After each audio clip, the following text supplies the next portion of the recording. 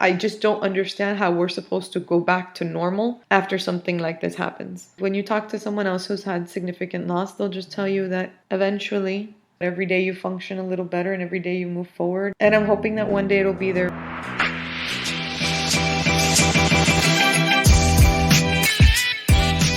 Hey ladies, welcome back to another episode of B3 Boss Babies and Thoughts. While I talk about all things motherhood, entrepreneurial, and how to have fun with everything in between. I'm your host, Jessyca with a Y, and I cannot wait to dive into today's topic. So make sure to grab your favorite cocktail, sit back, relax, and unwind. Let's have some fun.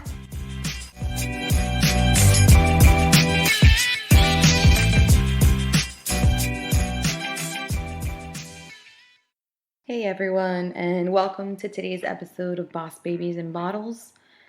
I have been slightly MIA with my personal podcasts, and partly it was because of, as most of you know, the loss of my grandmother, and that has highly affected me in different ways. And so I guess today's podcast, I really just wanted it to be about my grandmother, and also some of you know and some don't, but I also lost my best friend's dad, which was very very close to me, and someone I went to often as my grandmother.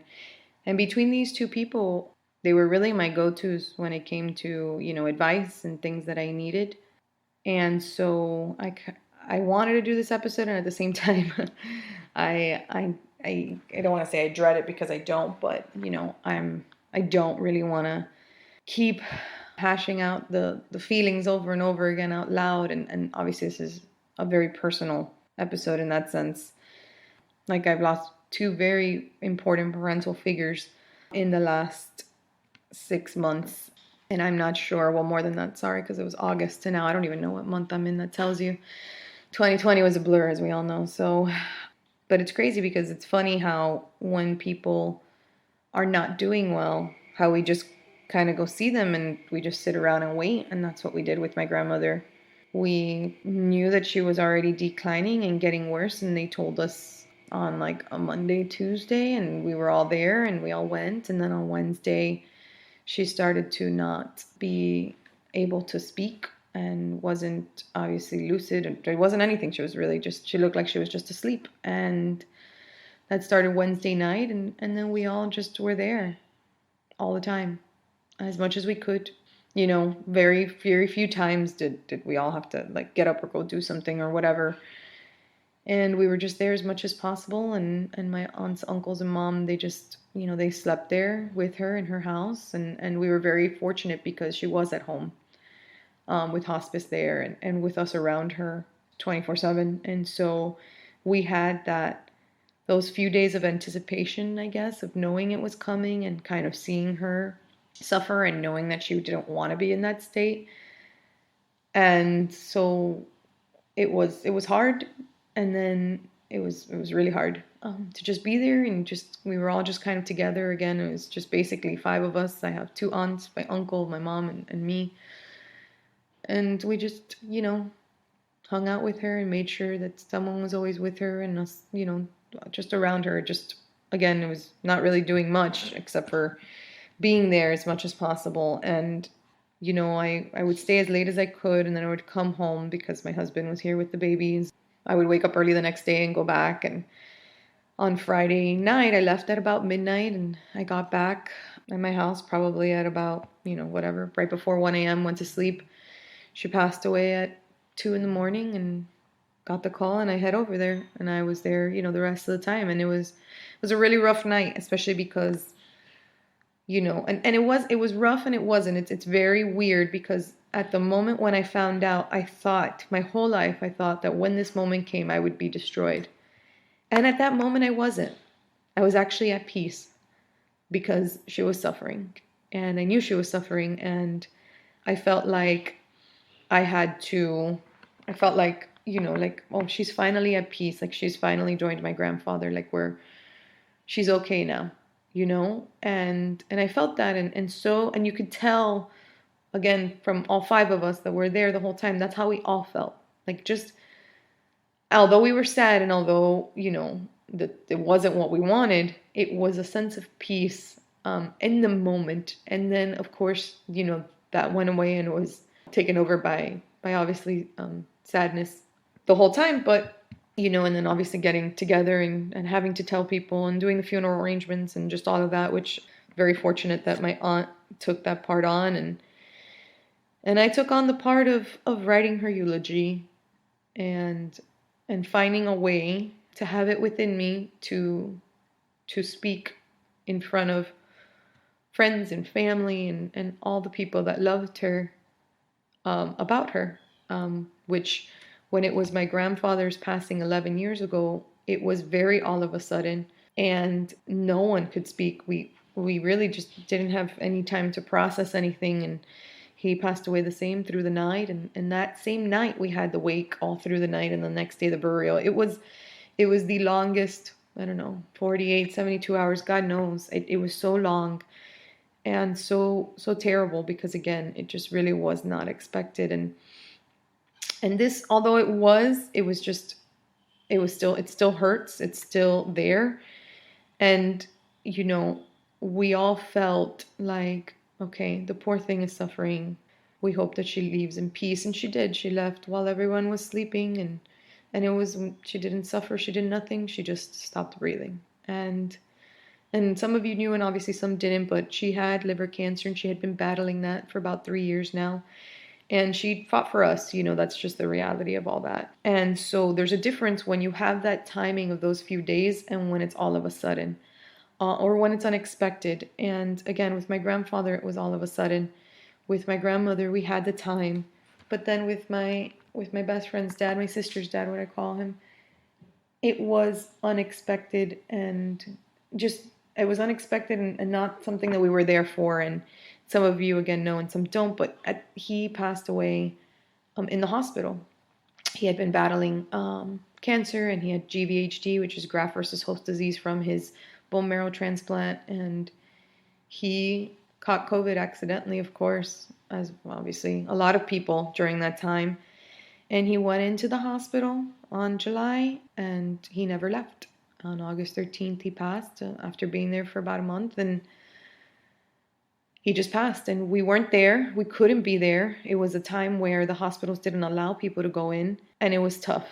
And because he had been battling this for so many years, he was in and out of the hospital a lot. His longest stretch was in the hospital for a year before he came home. And man, he was such a fighter. I can't even begin to explain what an amazing man and fighter he was throughout the whole thing. We spent 2 Christmases at the hospital during this time. We went to see him as often as we could. I mean, the team at the Sylvester Center is absolutely fantastic throughout his cancer journey.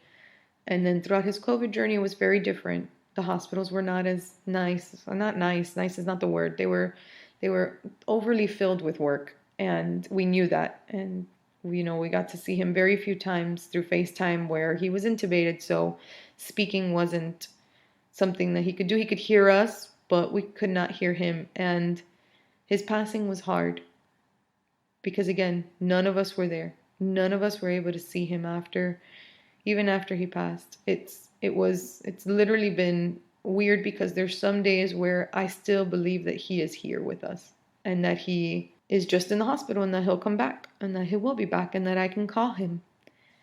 And I'm so lucky both of them got to meet my twins and spend time with them. It's my fondest memories right now. And I'm so glad I have so many photos and videos of those moments.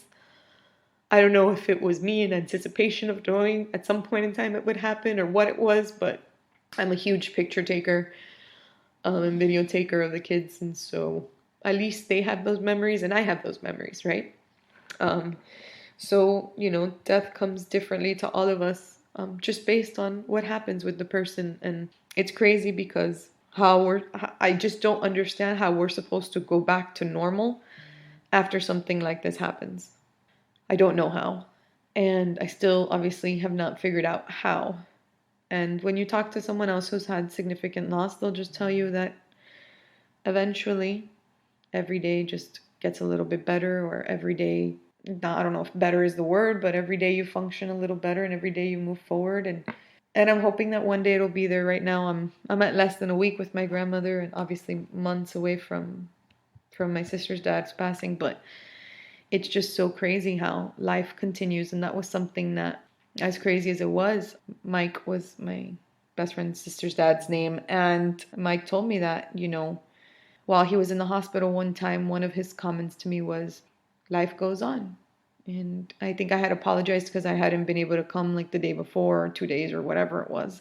And he's like, no, it's weird, because he goes, I'm here and I'm doing something completely different. I'm fighting for my life. I'm battling this, but life goes on the outside for the rest of you, and everything goes on the same still outside for the rest of you. And I remember looking outside the window and seeing just that. It was a beautiful day, and he was like, I wish I could even just be outside to see the day. And those kind of words in that conversation really resonate with me, because it's true. We had to keep going while he had to stay fighting as much as he could, to be with us as long as he could.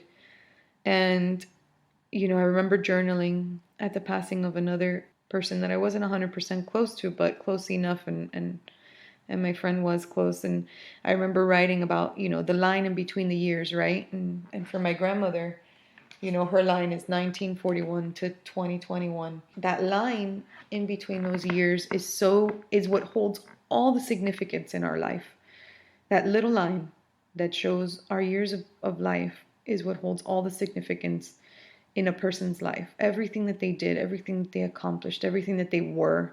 I wrote how I wanted my line to be as significant and as monumental as I can make it be.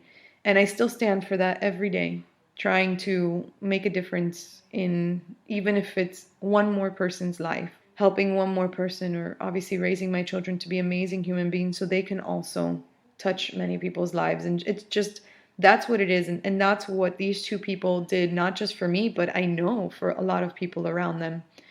And so it's just insane how that little line just represents our whole life. And that's how I thought about it that one time. And I don't even know where that journal entry is. I wish I was. I have many journals. It was years ago at this point. But I remember that journal entry specifically because it was just, again, very touching to me to even realize, the importance of that. And again, it was probably easily over 10 years ago at this point. So it was a long time ago. And me and my grandmother have some amazing stories together and some amazing memories. And so I got up on the day of her funeral, of the wake, on Sunday night, and the priest came and he did his thing, and he looked at me and he was like, I know you have some words to say. And my uncle wanted me to read something he had written, and then I wrote this for my grandmother. And when I read my uncle's, it wasn't as hard as obviously reading my own. And I wasn't even sure I was going to get through it. I read his, and I was holding onto my stomach and holding onto my phone in the other hand, reading what he had sent me.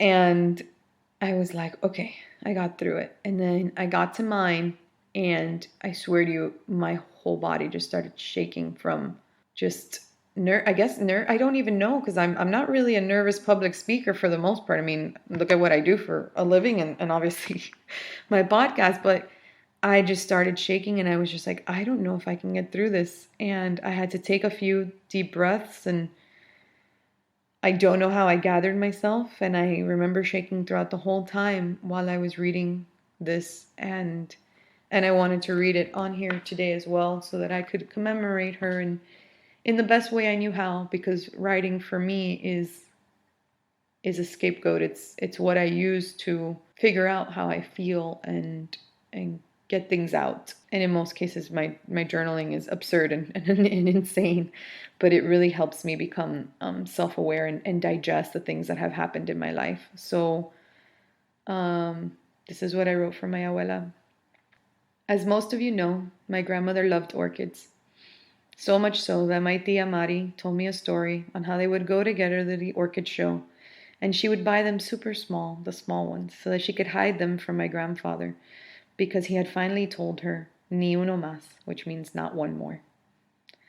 She had so many of them in her house. She loved all types, and her garden and plants were her passion. The word orchid is derived from the Greek word orchis, and so they've had a long history of being associated with love, fertility, and elegance, which couldn't be more fitting for my abuela. She was love. There's no other way to put it. She was a devoted wife, mother, and grandmother. She was all love for her 4 children, 9 grandchildren, 2 great-grandchildren, as well as so many others that came into her life that she treated as her own children and grandchildren, many of which are here today. Although she was a strong force in raising and disciplining me, I remember her very clearly yelling her phrases in Spanish that are not appropriate for me to repeat here today as she disciplined. And yet she was also nurturing, full of smiles, loved life, and as my Uncle Tito put it best, we all feel just so grateful to have had the honor of being the child, or grandchildren in my case, of such a great and influential woman. She taught us all so much about life and love. And then there was elegance. Well, my grandmother was the most elegant, best dressed, always looked so fabulous, abuela. She always made sure she looked her best, and in one of her moments right before transcending, my tia Danya and I put lotion all over her hands and feet and brushed her hair, and she knew she was very appreciative and happy. She taught me how to be wise, how to be a good person, and how to rise above the rest, and never give up, no matter how crazy my ideas were. She supported me in everything that I did, and she was my #1 fan at every single one of my accomplishments, and stood up for me consistently throughout my life. She taught me how to sew, which was another big passion of hers, how to cook amazing Cuban food, and how to care for my own garden and plants. Although I still have not mastered the orchid, I know that now I will find a way to have beautiful orchids all over my home like she did. My love for old Spanish love songs and reading and traveling all came from her. We had so many fun adventures together, from exploring the caves in Puerto Rico, to going to Disney for Valentine's Day together, to traveling all through the Mediterranean together for 2 weeks. Memories that will live in my heart forever. I always admired her resilience, the way she viewed life, and how she treated people. She was the best mother and grandmother. She never turned her back on any of us, no matter what. If we needed her, she was always there. There was never a moment where I could not call her and she was not there for me. As I journaled through my younger years of life, I always used to write how I wished to be more like her, have her spirit, her love of life, her patience, her wisdom, that I could too hopefully one day be as good of a mother, grandmother, and matriarch in life as she was to all of us. She fought hard, and she fought hard for all of us, just to stay with us for even as long as she could.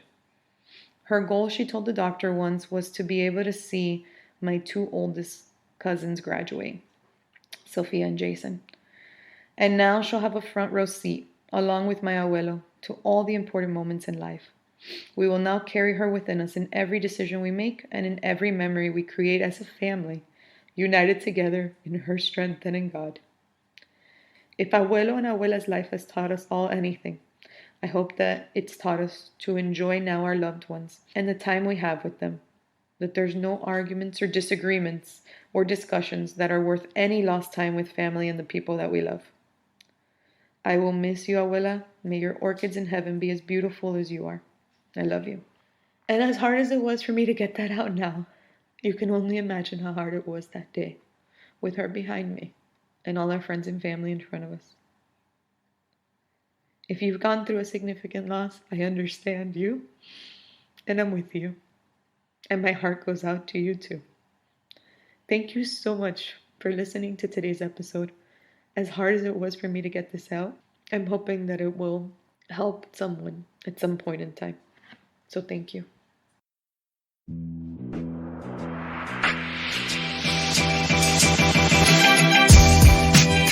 Thank you guys so much for tuning in. I cannot wait to chat with you guys soon. So make sure if you haven't already, subscribe to our next episode and follow my craziness on Instagram at EBJEvents and at canal.twins. I promise you, something's always happening.